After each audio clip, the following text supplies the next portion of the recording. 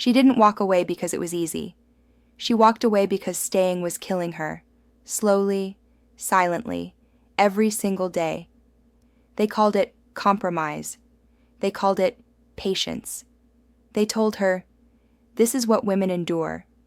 But no one saw the bruises that didn't show. No one heard the screams she swallowed to survive. One day, she looked in the mirror and realized something terrifying. If she stayed, she would disappear. So she chose the unthinkable. She chose herself. And with trembling legs and a fierce heart, she walked toward freedom. She walked away from abuse and toward freedom. This is not a story about weakness. This is not a story about tears alone. This is the story of a woman who refused to let abuse write the ending of her life. For years, she lived inside a cage that had no visible bars. From the outside, everything looked normal. A home, a relationship, a routine. But inside those walls, her voice was shrinking. Abuse doesn't always arrive screaming. Sometimes it comes softly, wrapped in apologies, promises, and excuses. At first, it was words, sharp ones. Then silence used as punishment. Then control disguised as care. Why do you need friends? Why do you need your own money? Why do you always make me angry? Slowly, she began to believe she was the problem. The slow erosion of self-abuse is not just about pain. It is about erosion. It erodes confidence. It erodes identity. It erodes the memory of who you were before someone convinced you that you were too much or not enough. She stopped laughing freely. She started measuring her words. She learned how to read moods like survival manuals. Every day became an exercise in not provoking anger. She told herself stories to survive. It will get better. He didn't mean it. Others have it worse. At least I'm not alone. But loneliness doesn't disappear when someone is beside you. Sometimes it grows louder. Why she stayed, and why that matters. People often ask the wrong question.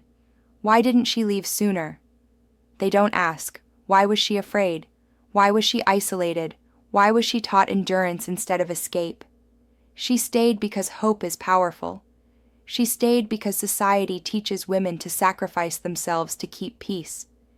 She stayed because leaving felt more dangerous than staying. And most of all, she stayed because abuse convinces you that you are nothing without it. This is not weakness. This is conditioning. The moment, everything shifted. There is always a moment.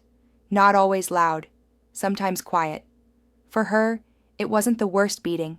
It wasn't the cruelest insult. It was the day she realized she no longer recognized herself. She saw her reflection, eyes dull, shoulders heavy, spirit exhausted.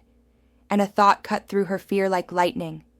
If I stay, this will be my forever. That moment didn't erase fear. It ignited courage inside fear. Courage is not the absence of fear. Courage is moving despite it. The decision to walk away. Walking away from abuse is not a single step.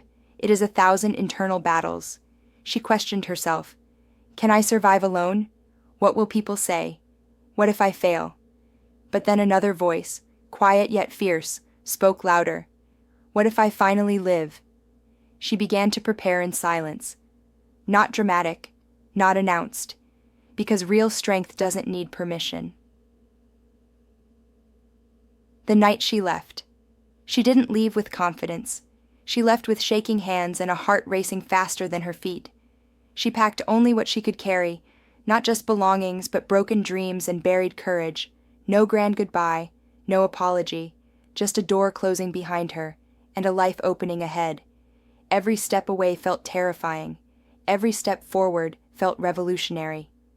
Freedom is not instant happiness. Freedom doesn't arrive polished. It arrives messy. She cried in empty rooms. She doubted herself. She missed the familiarity of pain, because trauma bonds are real. Some nights, she almost went back. But healing is not linear, and strength is not loud. It is persistent. She learned that peace can feel uncomfortable when chaos was normal. Rebuilding from the ashes, freedom demanded responsibility. No one was controlling her now, which meant every decision was hers. That scared her and empowered her. She learned how to trust her instincts again, how to say no without explaining, how to exist without apologizing. She rebuilt slowly, brick by brick, boundary by boundary, from survivor to warrior. One day, she noticed something strange. She laughed, genuinely. She slept without fear. She spoke without shrinking. She was no longer surviving. She was becoming. The woman abuse tried to erase came back stronger, not bitter, but wise, not broken, but unbreakable. What walking away really means. Walking away wasn't about revenge. It wasn't about proving anything. It was about reclaiming ownership of her life. She learned. Love should never cost your dignity. Silence is not peace. Endurance is not strength. Choice is. A message to every woman listening. If you are listening to this and recognizing yourself, know this. You are not weak for staying, but you are powerful for wanting more. Leaving does not make you selfish. It makes you brave.